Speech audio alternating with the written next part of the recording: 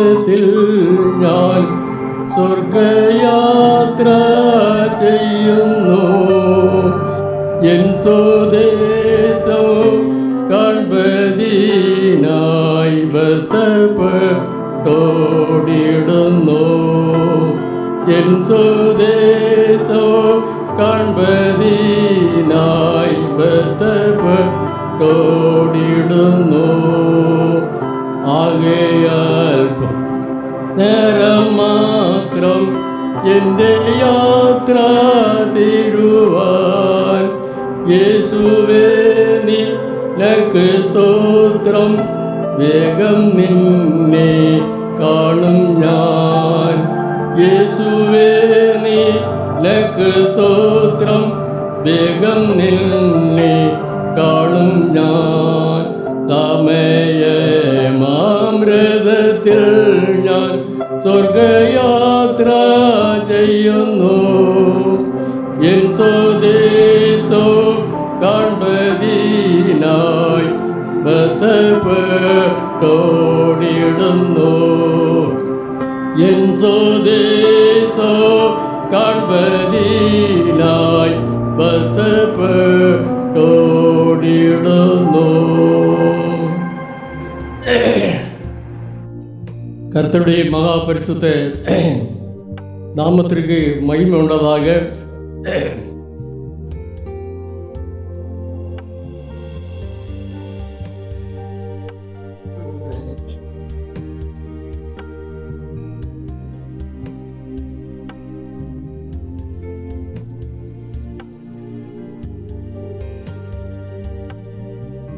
இந்த பாடலானது இந்த பாடல் இது 2 அடி தான் நான் பாடலது. மீதி பாட எனக்கு தெரியாது, ஸ்தோத்திரம். ஆனால் இதுவரையில் நான் அந்த பாடலை கேரளாவில் உள்ள அந்த குஞ்சப்பி பிரசங்கியார் அவர்கள் எழுதினதாக எண்ணினேன். ஆனால் இன்றைக்கு அவரல்ல, இது ஜெர்மனியிலிருந்து 125 ஆண்டுகளுக்கு முன்னதாக ஒரு ஊழியக்காரர் கேரளாவில் வந்து அவர் ஊழியம் செய்தவர். அவர் ஊழியம் செய்து அவருக்கு மலையாளம் தெரியாது. சில ஆண்டுகள் அங்கே மலையாளம் படித்து அவர் எழுதின பாட்டாக இருக்கிறது இந்த சமயமாம் ரதத்தில் ஞான் என்ற பாடல். இந்த பாடல் அவர் பாடினது மட்டுமல்ல, அந்த தேசத்தில் அவர் ஊழியம் செய்தது மாத்திரமல்ல, ஜெயிலிலே அடைக்கப்பட்டிருந்த ஜெயில்வாசிகளுக்கும் அந்த தேச மக்களுக்கெல்லாம் அவர் இறங்கி சென்று ஜெயிலில் எல்லாம் அவர் கைதிகளுக்கு சுவிசேஷம் நாட்களிலே அறிவித்திருக்கிறார்கள்.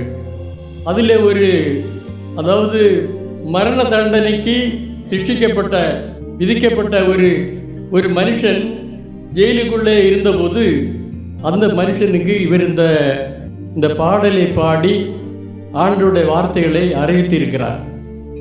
அறிவித்தபோது இந்த பாடல் அவருடைய இருதயத்தை இழக்கிற்று. இந்த இருதயத்தில் ஒரு சலனம், ஒரு சேஞ்ச் உண்டாகி,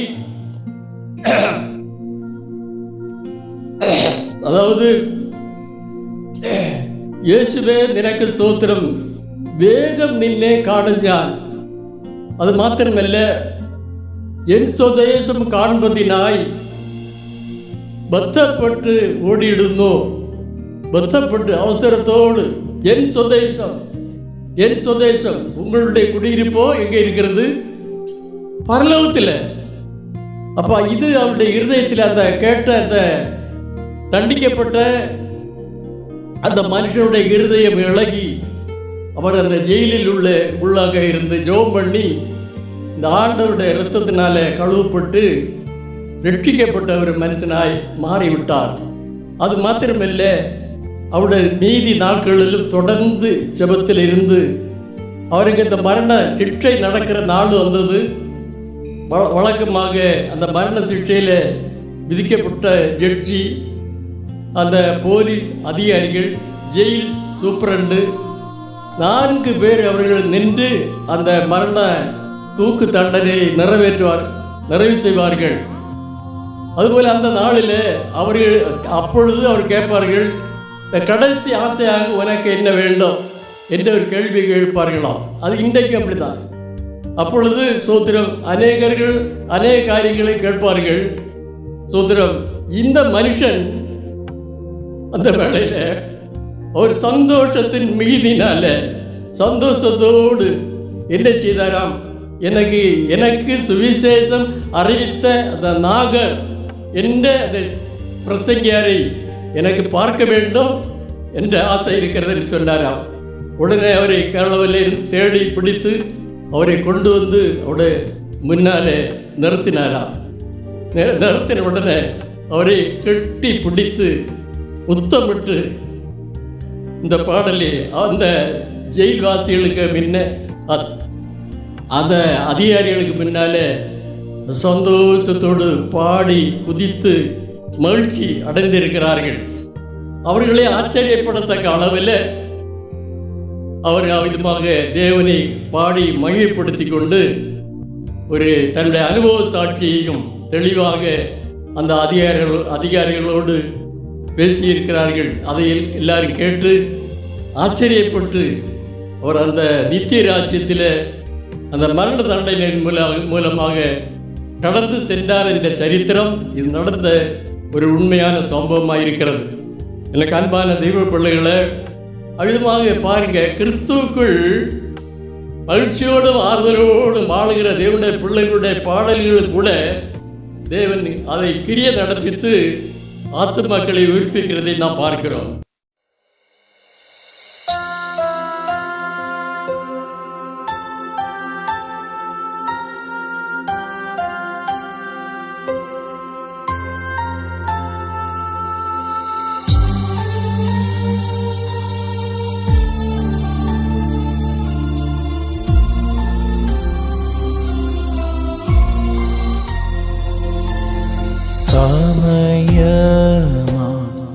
രഥത്തിൽ ഞാൻ സ്വർഗയാത്ര ചെയ്യുന്നു, എൻ സ്വദേശം കാൺമതിനായി ബദ്ധപ്പെട്ടോടിയിടുന്നു.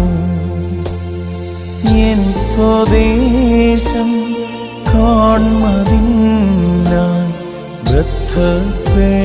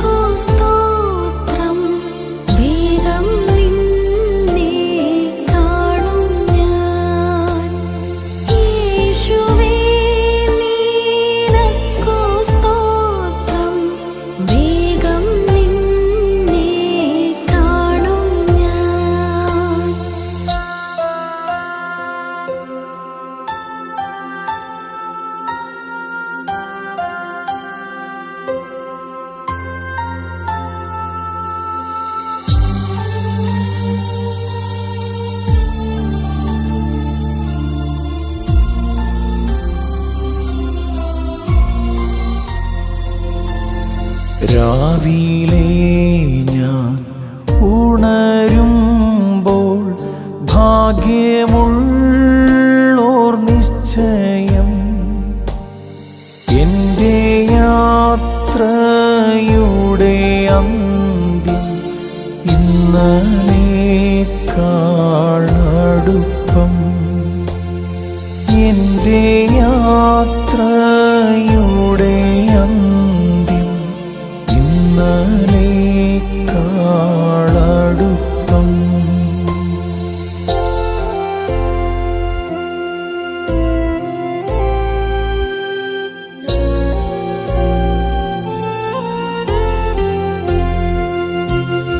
രാത്രിയിൽ ഞാൻ ദൈവത്തിൻ്റെ കൈകൾ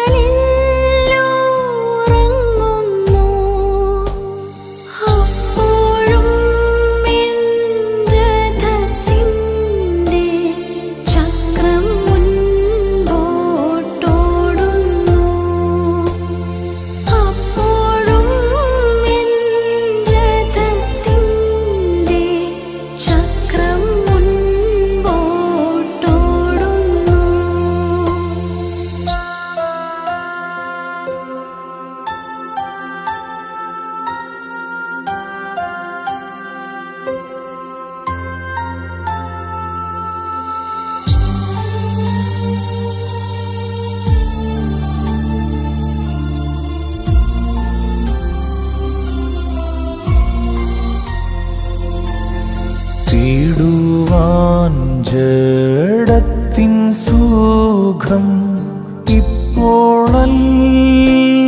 സമയം.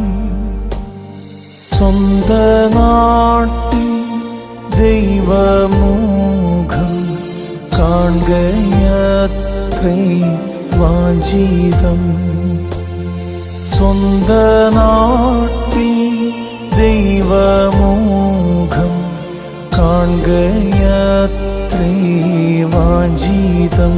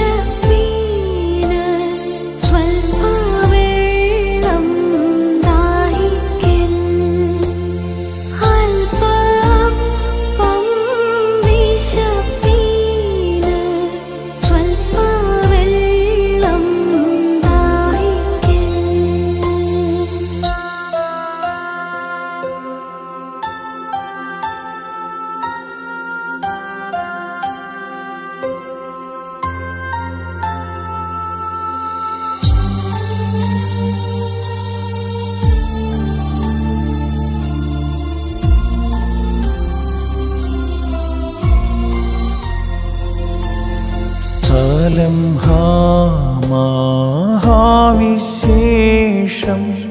ഫലം എത്ര മധുരം.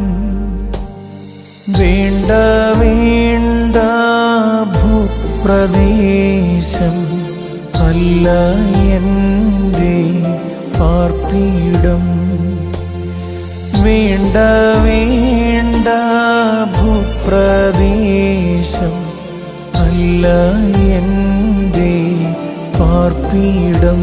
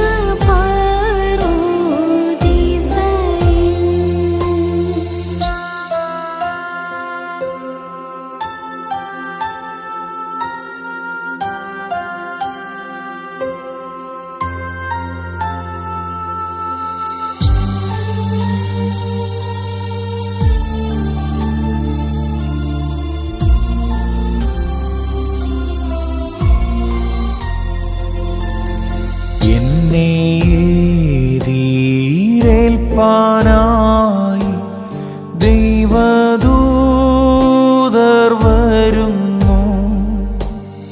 വീണ്ടും പോലെ യാത്രയ്ക്കായി പുതുശക്തി തരുന്നു.